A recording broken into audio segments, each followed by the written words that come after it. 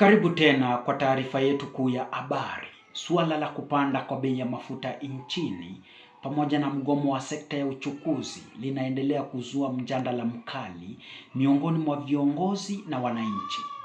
Naibu Rais wa zamani Rigathi Gachagua amejiunga katika mjadala huo, akidai kuwa sababu zinazoletwa kuhusu mzozo wa Hormuz sio chanzo halisi cha kupanda kwa bei ya mafuta nchini Kenya. Akizungumza kutoka ughaibuni, Gachagua amesema mafuta yanayotumiwa nchini Kenya hayapitii Iran wala eneo la Strait of Hormuz, bali hununuliwa kutoka kampuni za mafuta za Dubai na Saudi Arabia. Kulingana naye, tatizo kuu ni kile alichokitaja kuwa ongezeko kubwa la faida na ushuru katika gharama ya mafuta kabla ya kuingia sokoni.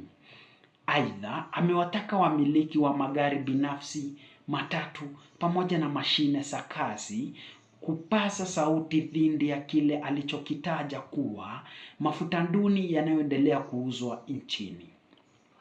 Kauli hiyo inajiri wakati ambapo mgomo wa wahudumu wa uchukuzi uliokuwa ukiendelea nchini umesisitishwa kwa muda wa siku 7 ili kutoa nafasi kwa mazungumzo kati ya serikali na wadau wa sekta hiyo.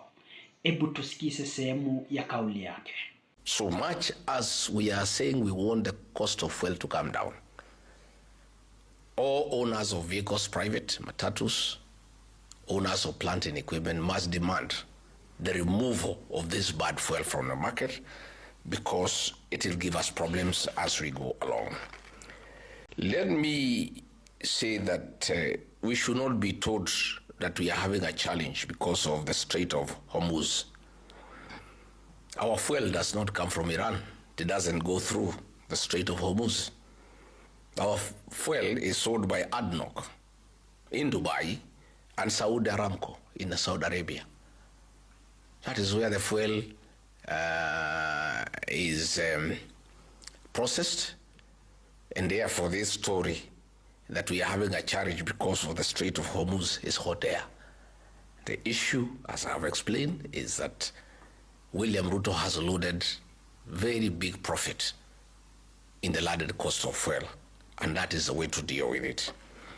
Serikali bado haijatoa majibu rasmi kuhusiana na madai hayo, huku wananchi wakisubiri mwafaka utakaoleta unafuu wa gharama ya maisha pamoja na bei ya mafuta nchini. Abed Murungi, Nipashe 254.